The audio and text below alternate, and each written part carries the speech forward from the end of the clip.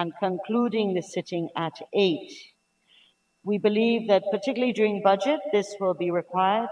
I'm advised by the Minister of Health that Parliament, and it states in the COVID measures of August 31st, that Parliament is an essential service, and therefore we can go past the curfew to 8 o'clock if required. So I'm asking the House to support the change in hours and the amendment, the waiver of the Standing Order 10.1. Thank you, Honourable Minister. The motion is proposed. I will now put the motion. Those in favour say aye. Aye. Those against say no. The ayes have it. The motion is carried. Honourable Minister of Governance and Parliamentary Affairs. Thank you again, sir. I now formally wish to beg that that Standing Order 71-2 be suspended in order to continue and conclude the consideration of the current and capital budgets of the constitutional agencies for the year 2020. The circular by the minister makes it clear that there are no changes to the request by the constitutional agencies by the minister according to the FMA Act. And therefore, we should be able to move quickly through this issue and therefore not require us to meet again as would be normal. Thank you.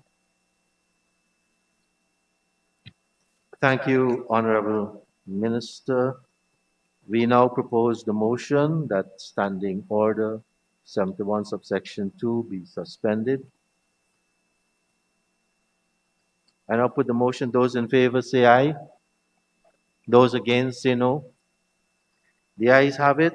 The Standing Order is suspended. We can now take the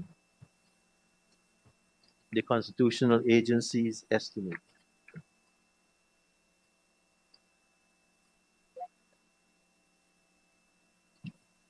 Introduction of bills. Public business. Government's business.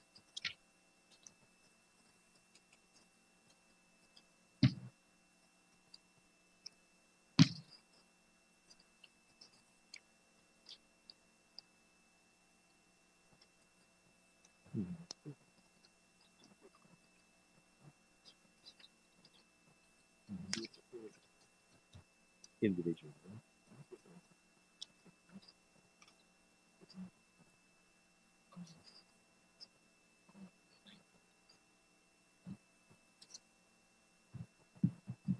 Thank you, honourable members. We now go to the motion approval of the 2020 current and capital estimates of the constitutional agencies.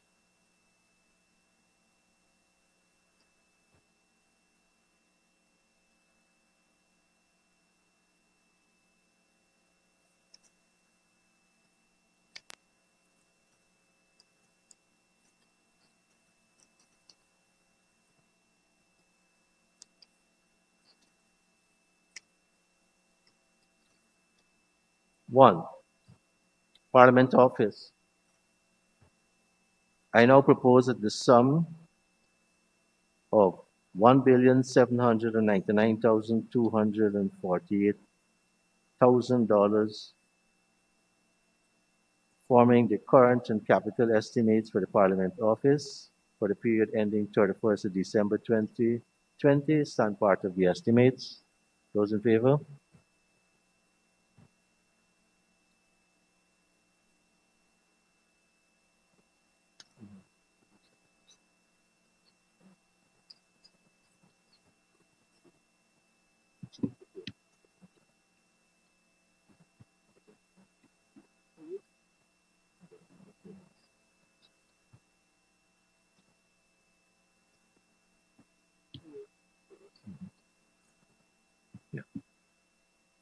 Honourable members, we may have jumped the gun a bit. But we need to resolve ourselves into committee to consider the estimates. After this committee stage, then the Minister of Finance will report on or the person presenting these estimates on behalf of the government will report to the National Assembly. The House is now in committee of supply. I now propose the question, one Parliament office at the sum of $1,799,248,000, representing current and capital estimates to December 31st, stand part of the estimates. Those in favor? Honorable Minister One Edgell. Mr. Speaker, thank you. Mr. Speaker, having received the budget of this agency, the requests being examined and reviewed, we recommend that the sums proposed be granted unamended.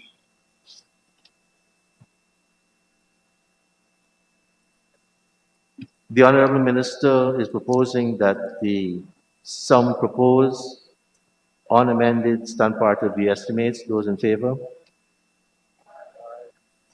Those against? The ayes have it. 2, Office of the Auditor General, current and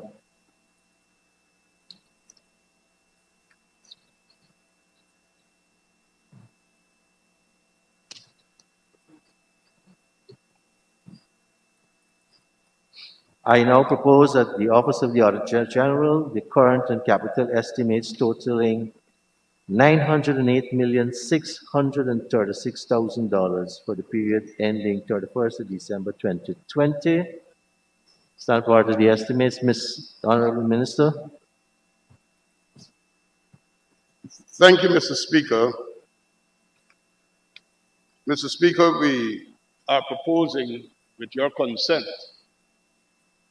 since none of the proposals that have been made by the constitutional agencies have been amended, rather than me rising 19 times to say the same thing, that we indicate to you now that all of the sums proposed, we're asking for them to be approved unamended. And once we go through that, I can report to the Assembly and the committee if that pleases you, sir. If not, I will comply with your instructions. Thank you, Minister. Just give me 1 second.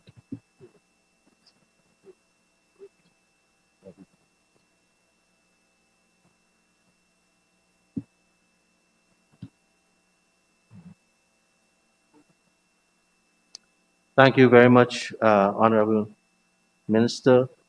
But I will still have to put each propose and put each head.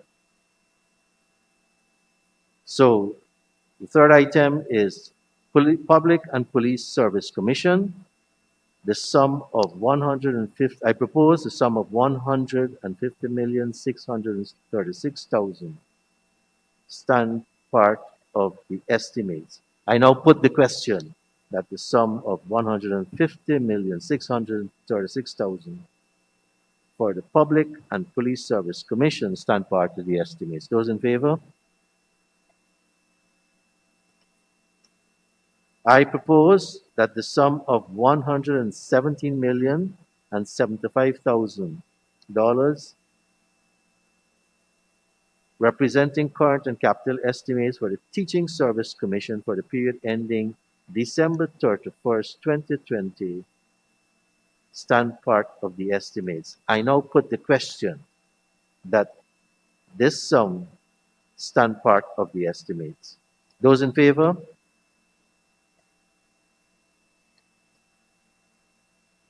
Guyana Elections Commission, current and capital estimates totaling 4,943,000 and 943,000, 4,943,000,000 and 52,000. I propose that that sum form part of the estimate.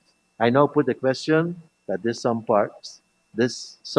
form part of the estimate. Those in favor? Okay.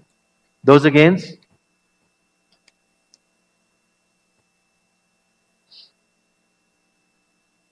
Current and capital estimates totaling 2,443,164,000 for the Supreme Court of Judicature. I now propose that this sum form parts of the estimate. I now put the question that this sum form parts of the estimate. Those in favor? Those against? The ayes have it.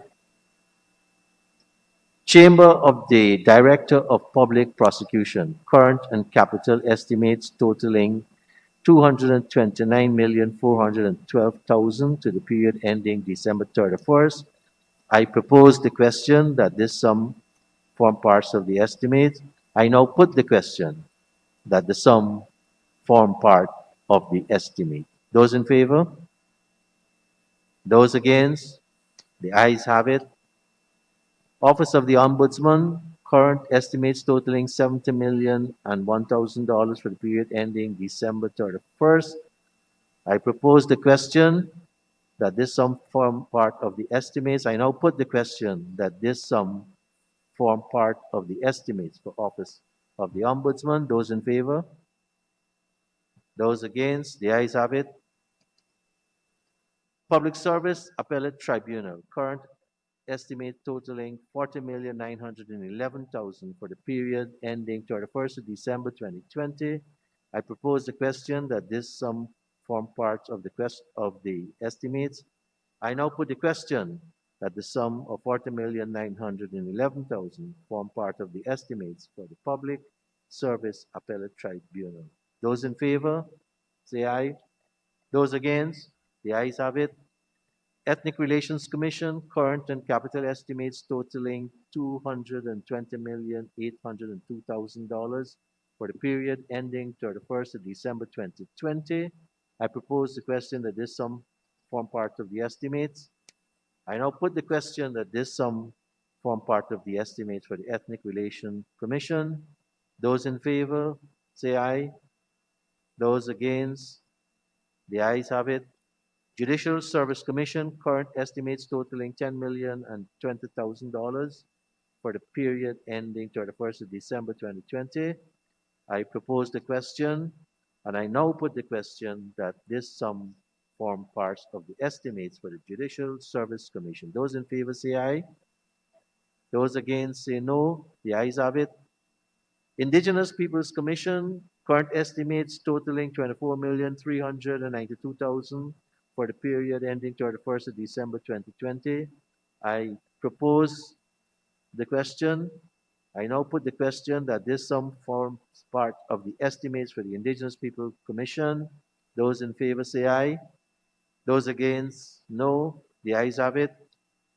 Human Rights Commission, current estimates totaling 25,958,000 for the period 31st of December 2020 for the Human Rights Commission. I propose the question. I now put the question that this sum form part of the estimates for the Human Rights Commission. Those in favor say aye. Those against say no. The ayes have it.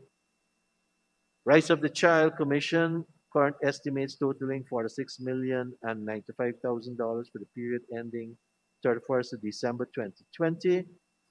I propose the question that this sum form parts of the estimates. I now put the question that this sum form part of the estimates for the Rights of the Child Commission. Those in favor say aye. Those against say no. The ayes have it. Women and Gender Equality Commission, current and capital estimates totaling 49,945,000 for the period ending the 31st of December 2020. I propose the question. I now put the question that this sum form part of the estimates for the Women and Gender Equality Commission. Those in favor say aye. Those against, no. The ayes have it.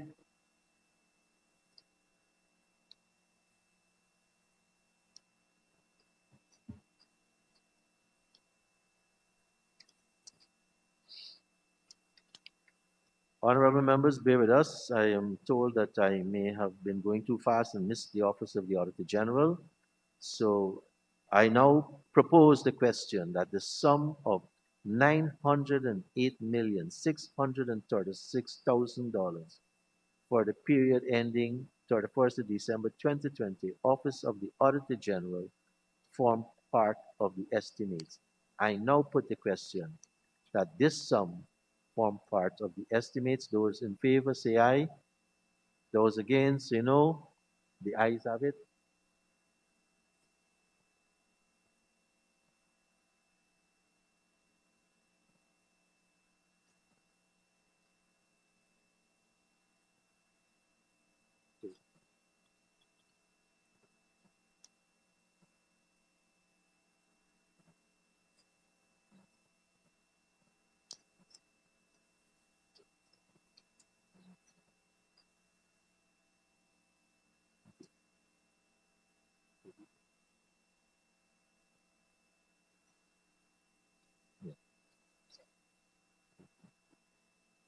Honorable members, I now have to put the question for the total for all of these constitutional agencies. I have to put the whole total.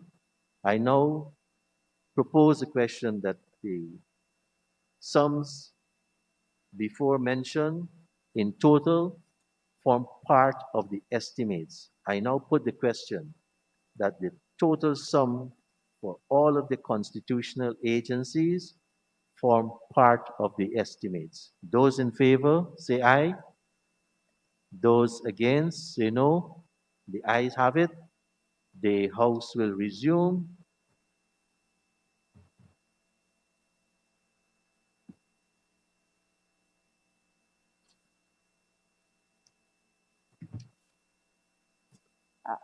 Mr. Speaker, forgive me, I may not have heard you, but did you give the Public Procurement Commission? I think when you went back to the Auditor General, you may have inadvertently skipped it. Well, in the event that we may have missed it, let us just put it back again. Yes. The House is back in Committee of Supply. I put the question that the sum of $206,460,000 for current and capital estimates for the Public Procurement Commission form part of the estimates. I now put the question that this sum form part of the estimates. Those in favor, please say aye. Those against, the ayes have it. Then I will have to put back the whole sum once again. I now propose that the total sum covering all of the constitutional agencies so proposed form part of the estimates. I now put the question that the total sum to cover all of the constitutional agencies form part of the estimates. Those in favor, say aye. Those against, say no. The ayes have it. The House will resume.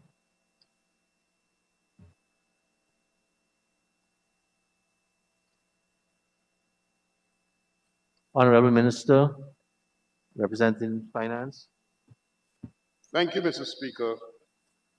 Mr. Speaker, I'm pleased to report to you that the House, having met in Committee of Supply and has considered the various proposals of the constitutional agencies, they have approved them without any amendments.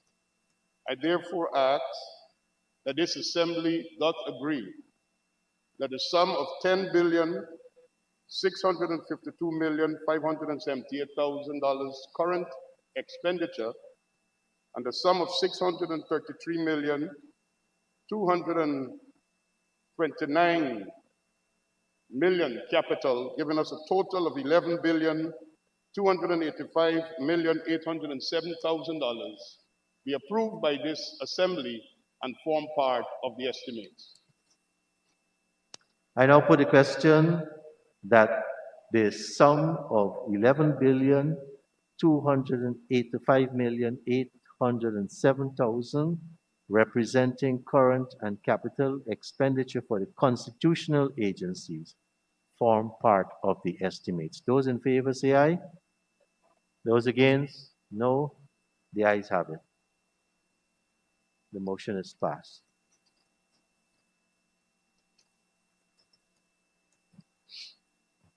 Honorable Prime Minister, adjournment.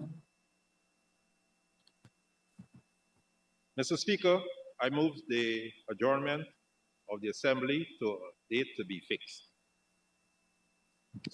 The Assembly is adjourned to a date to be fixed.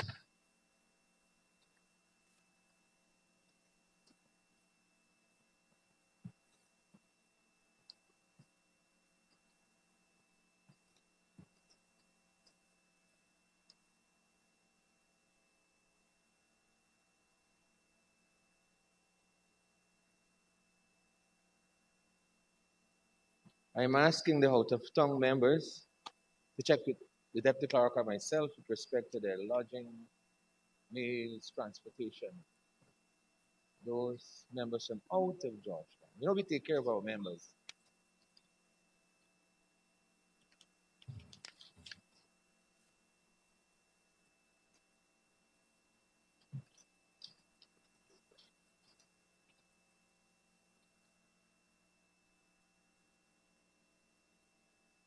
I circulated some questionnaires. They're very important. We need your bank account number so that your salaries and allowances can be paid into your bank account. So the questionnaire, I think the ministers are already sent in their questionnaire. Just the private members. Private members are those other than ministers and parliamentary secretaries.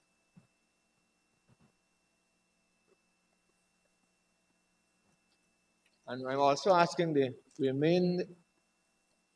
those government members who did not take their portraits, to have it taken. It's important so that I can prepare your identification card, which allow you to pass police barriers and so on.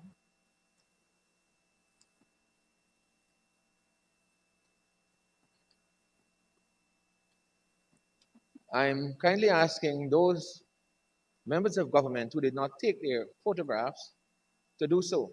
It's important. You have to access the Transport and Harbors Ferry service with that ID card.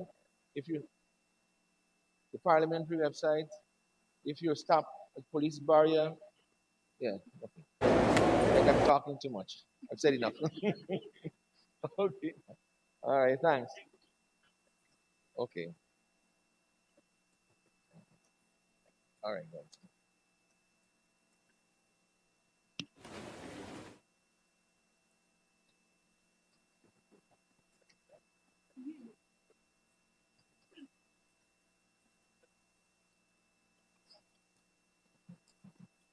Yes, yes.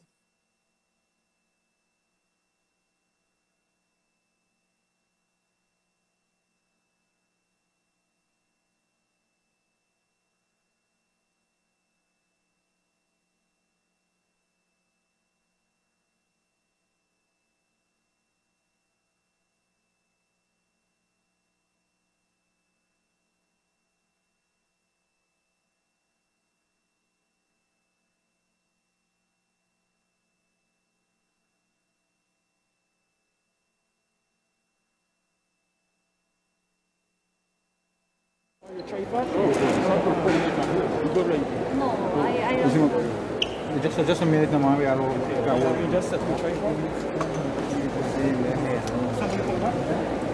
Usually lang is yung mic ko ba? Everybody set? Just a minute. I think nga come for Yeah, I want go wrong sir. Say the mic shot one. Come up, you come up. Not me. You want me mic? Take me mic. Take my microphone. You want more long. Do you, Mr. Harmon, could I just bother you to just step a little bit closer to the mic? It would be more convenient. Very good. Thank you. You can go ahead. All right, so ladies and gentlemen, media, you will have a statement by leader of the opposition, I present to you Member of Parliament Ms. Kathleen Hughes. To my immediate right, Member of Parliament Ms. Natasha Singh Lewis. Mr. Joseph Harmon, Opposition Leader, will present a statement. Thank you very much, Chris, and thank you very much, ladies and gentlemen of the media. Today I have mixed emotions.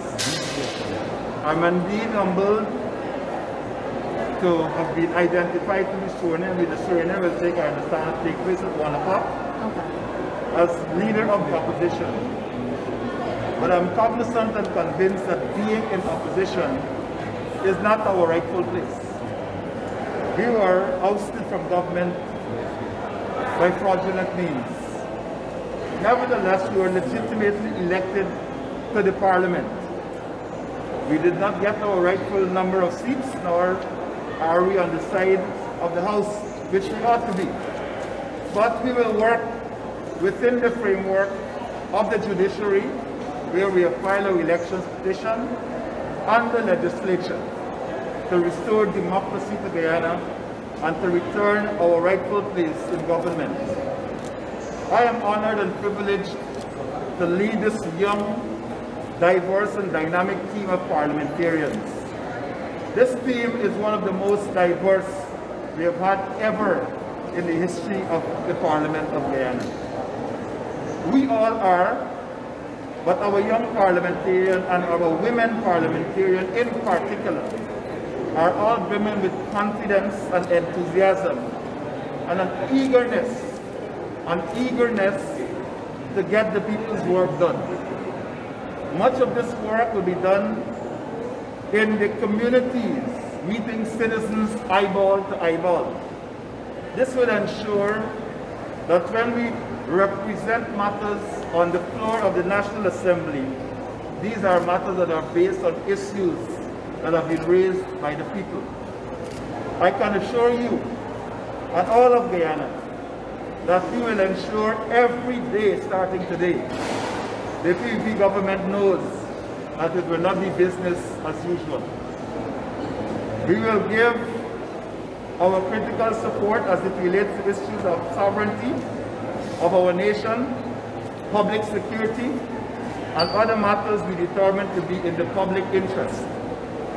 We are committed to a robust and aggressive legislative agenda to see the removal of this fraudulent PPP from government, so we can continue to work and build that which we started when we were in government and which we've already commenced.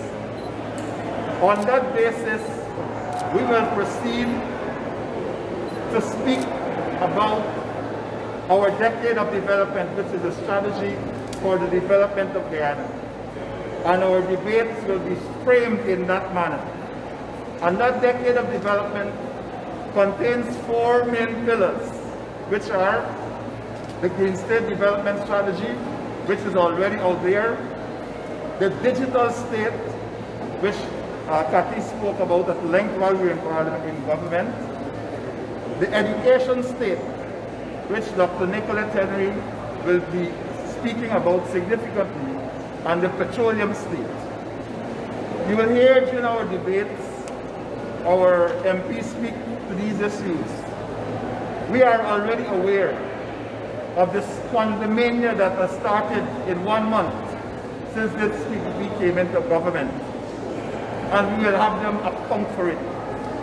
These include, but are not limited to, 20 ministries that the PPP has, in relation to 15 that we have. Parliamentary secretaries which are still to be appointed.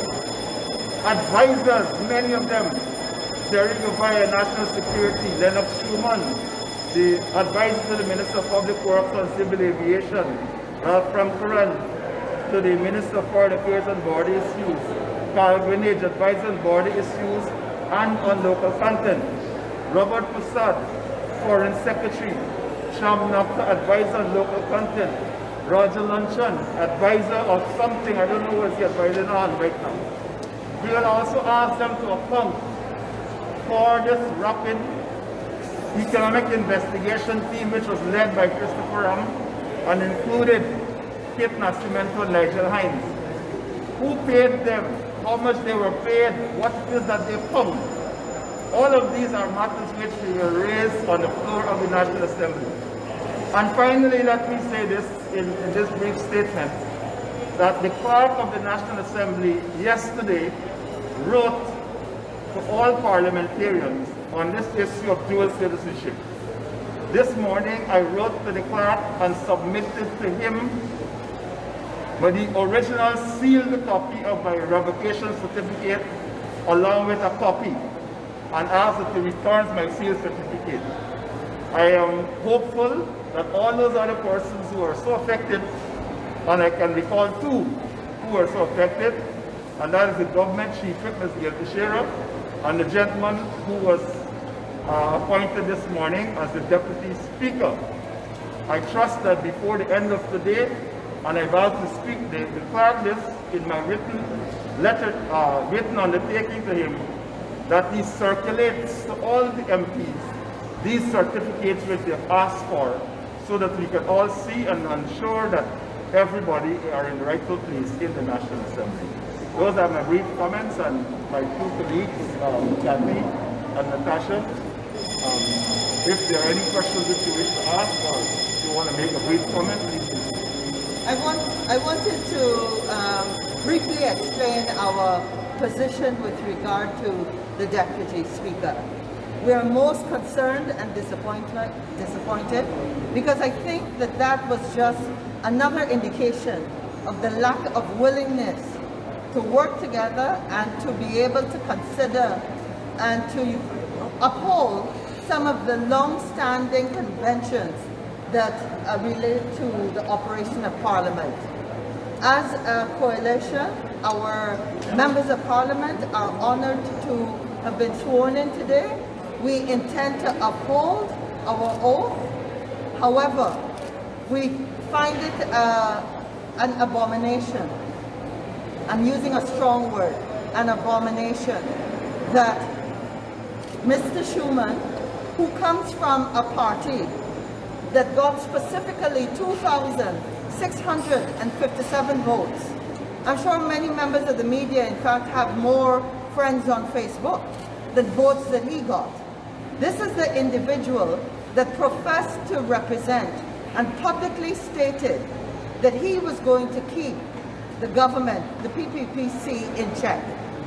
And as you will know, in the last couple of days, we understood and we learned that he had been made an advisor to this same government, and yet we are putting him to sit as the Deputy Speaker when that convention has always been, that position has always been in the hands of the opposition. So the APNU AFC, although we do not support the final declaration, we have spoken about that at length. We are convinced that this government sits in a position based on fraudulent results. It's interesting that Parliament is taking place in the exact same location where all members of the media, the international observers, the local observers, members of the other political parties sat here and watched the grossest of discrepancies revealed under their own eyes. Here we're not talking about issues with Region 4. We're talking about 9 other discrepancies that numbered over 8,000, for which there were the requisite proof given. And so now we start off not accepting. We recognize our responsibility. We do not accept this government and their seat as leaders of this country currently. And we find it unacceptable at a time when we should be working together and we have unity, that you would allow a man that has over 2,000 votes to represent a group of people in opposition that amass more than 270,000 votes. It is unacceptable. And it's just sad that we're unable to do the decent thing, the honorable thing. So for me personally, it's a sad day that we come to this honorable house and we cannot even honor those traditions. Mr. Schuman could not even get a seat of his own he needed 5 other parties to help him sit in this honorable house. And this, of course, is just another step in what we've seen unleashed over the last 3 weeks. Fair, the traditional and usual PPP style of fair, sending home people, sending home drivers that were there when I came into my former position.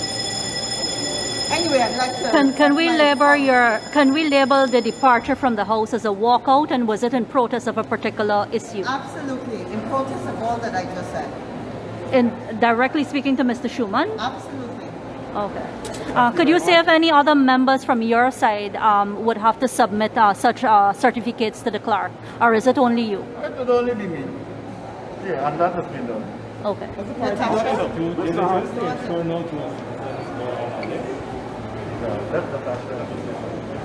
Harmon, quickly. Good morning. We have somebody speaking. Good morning, members of the media. I speak on behalf of our entire coalition group, but specifically the new MPs. I want to say that we are grateful and that we want to say thank you to all of Guyana, but especially our support base. We want to say to them that the members of this assembly, the coalition members, we are young, we are a reflection and a demonstration of diversity and acceptance and inclusion. And I want to say that we have a goal. We intend to make this 12th Parliament the shortest one possible. We believe that the PPP government is fraudulently there, and we will work tirelessly. We have a very active young group, a very qualified group, I might say, and that we will work very hard to ensure that this is the shortest possible term for the PPP in government. Thank you. Mr. Harmon, quickly, how does the coalition or the APA justify keeping Mr. Sarah Buhari on the field parliament? There is no other candidate that is no longer part of the APA. Mr. Buhari is on a list that was submitted to GCOM. He is part of a list, AP and the AFC. We did not have a specific list on WPA, PNC, or whatever. So she was extracted from that list. And it's based on her submission to GCOM as part of that list. It is based on that she was extracted. And so we believe that she's in the rightful place in the party. Thank you very much. Thank you.